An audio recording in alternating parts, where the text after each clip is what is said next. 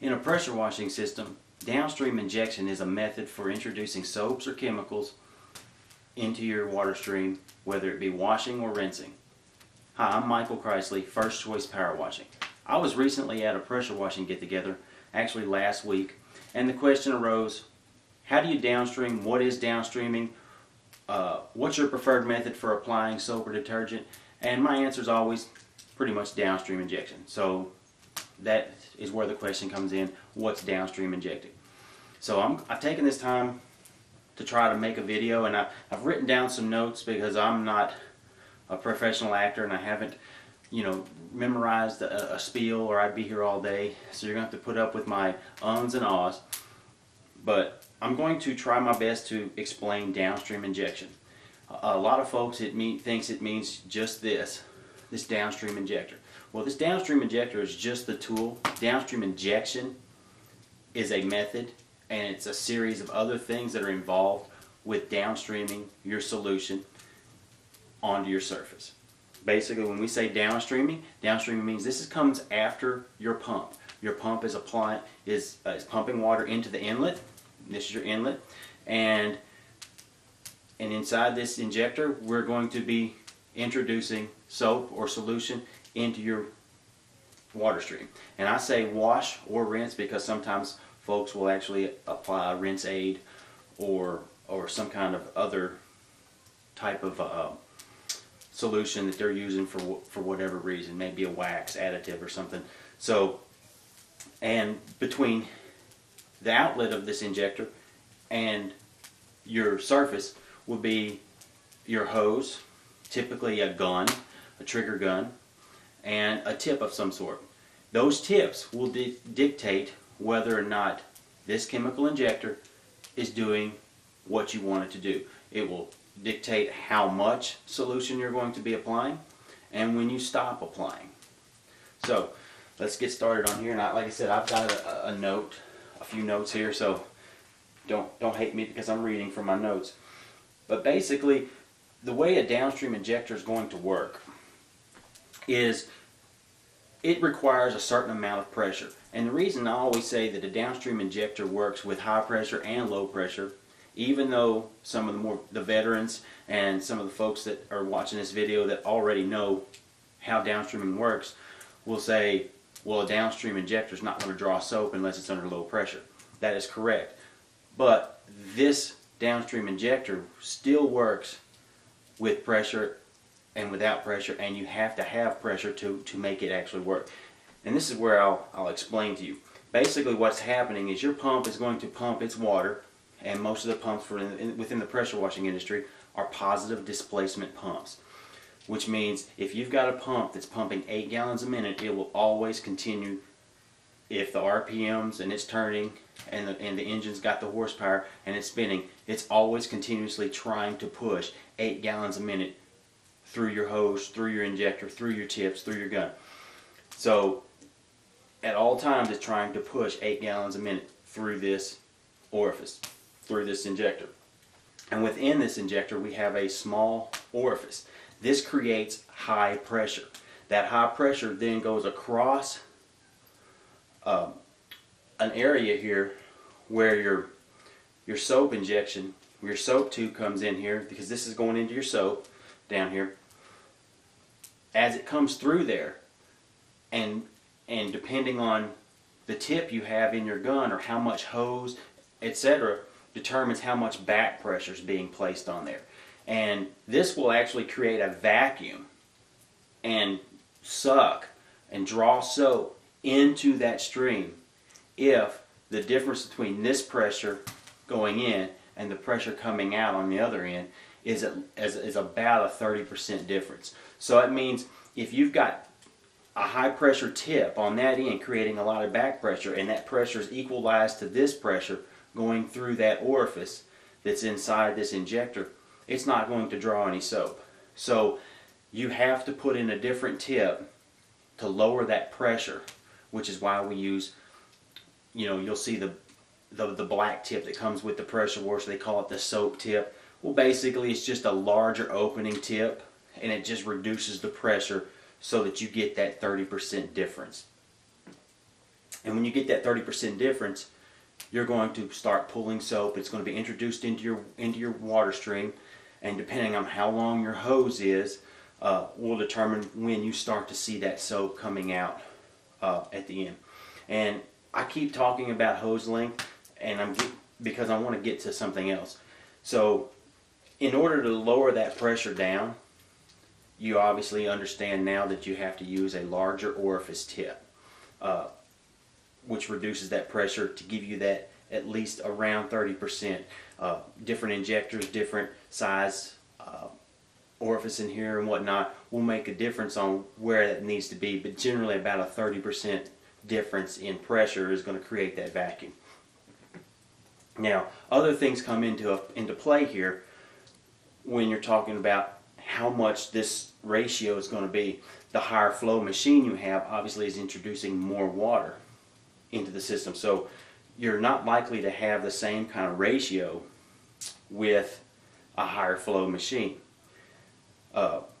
Depending on how great the pressure difference is will determine also how much more detergent's going to pull through your soap tube. So some of the other things that can affect that is the length of your hose, because you get a pressure drop, an increase. It'll be a pressure drop at your gun, but it's a pressure increase right here the more hose you have. So if you've got a lot of hose, more than 100 feet or whatever, it's going to create a back pressure. So you may end up having to go with even bigger tip to compensate for that. Or if your gun is not rated for the higher flow, it might be restricting and creating the back pressure, and you're not able to draw soap. Even with a low pressure tip, a large orifice tip in your gun. If all that hose is coiled on reel, you may have problem drawing soap. So understanding these things kind of helps with getting the maximum draw that you can get out of a downstream injector, and understanding that this isn't your only tool, that if you're not drawing soap for some reason, that this is not always your problem. It could be other things. It could be you've got too much hose on there, you don't have a big enough tip in there, or you've got all your hose coiled. So all these things and your gun may not be matched. You may have picked up a different gun or bought another gun and didn't give any thought process to how much flow this gun can handle, and you end up having some back pressure on your downstream injector. Now there are a couple of ways to stop that flow. If you're at the gun and you're applying soap but you want to stop applying soap, there are a couple of methods for doing that. You can just come back, this end goes into your soap solution, and I generally put a piece of pipe on here to keep that from curling up and whatnot, but that's a whole nother tip. You can just remove this, go back to your thing, your soap solution, remove it. Now you're not going to draw anything but some air maybe. You can close this ball valve off. That will stop your solution and stop any air injection into your system, maximizing your flow. Or you can put a higher pressure tip in, depending on the surface you're cleaning. Some surface you're trying to clean, you don't want high pressure because you don't want to do any damage. So you would actually put in a higher pressure tip, which would create that back pressure, and you wouldn't draw anymore. So if you're washing a surface that can handle the pressure. So those are some of your methods. I did a little drawing here to try to explain what's going on also. I don't know how well you can see this on this video, but the trusty old dry erase board here. But basically your downstream injector is pretty much like this. This is your inlet here, and this is your outlet. And when I was talking about that small orifice, there's your small orifice here. That water is going to be concentrated in here, and it's going to increase the pressure right here. Now you've got a higher pressure, given that if you don't have any back pressure, say this is just an open hose, you've got no back pressure coming other than the length of your hose creating that back pressure. What's going to happen is that difference in pressure here and pressure here on this side creates that vacuum, and it's going to start injecting your solution into the stream. This is how that works. So if you've got too much back pressure, this is not going to draw. I'm hoping that you're still with me here. and understanding what's going on with the Downstream Injector and how it's working. If you have any questions, as usual, post comments here on the YouTube video, or find me in the forums, or give me a call or email me. But basically, the whole understanding is that there's more to it than just the pressure washer. It's your tips, and I actually, here I have some tips as well to show you what I mean. This is not a typical pressure washing tip that you might have seen from, say, Home Depot or Lowe's, or what came with your machine. So if you're new to this, you'll understand that you can get these tips. These tips you may not see at Home Depot or Lowe's, but you can get these tips, and these are ways to lower your pressure. This particular one actually is a 25 degree with a 40 orifice. And to give you some kind of idea of what 40 orifice basically is, it's compared to what the machine, what came with your machine. Say if you've got a 4-gallon-minute machine, it came with some number 4 tips, and those are a number 4 orifice. Well, this is 10 times larger than that, and it's going to reduce that pressure. And because this is 25 degree, your pattern is going to be a 25 degree pattern.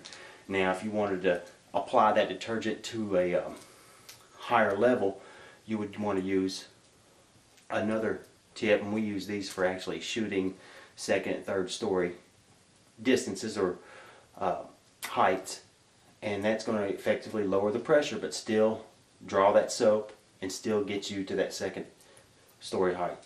Oh, and all these things can be gotten if you don't have a local distributor or something, but you can get these at pressuretech.com. That's spelled T-E-K, and Bob over there, they have these, and you tell them what size machine you have and everything, and they can make the proper machines. Because like this one's a 40 and I use a 60 because I do have a 8-gallon-minute machine, but you may just have 5.5 or 4, whatnot, so you would want to be mated to your machine. Same thing with the Downstream injectors. You can actually get these from Bob at Pressure Tech as well.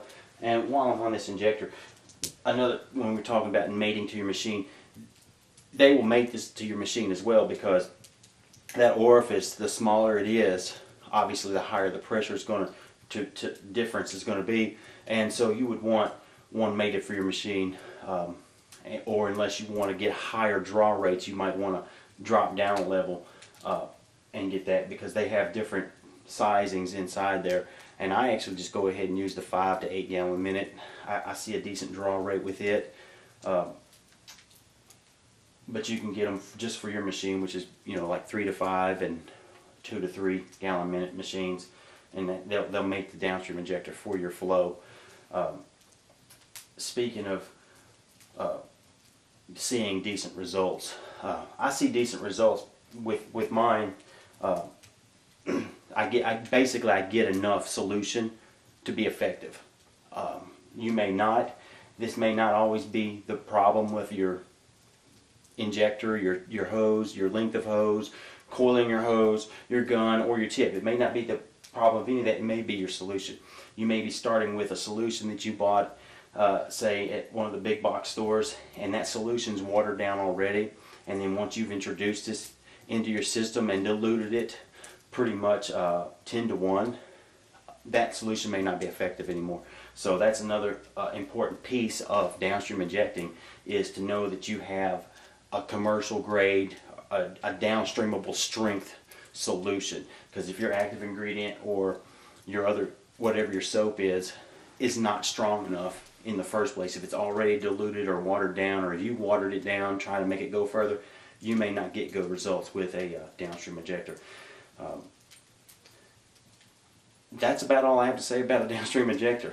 I'm hoping this clears some things up for some folks that are still wondering or on the fence about using this method versus climbing on a ladder and using a pump-up sprayer, because you're not getting good results out of trying to use the downstream injector on your machine. It may be as simple as you've been doing it right, but using the wrong solution.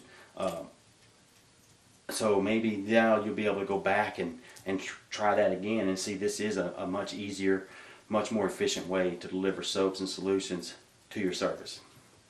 Thank you.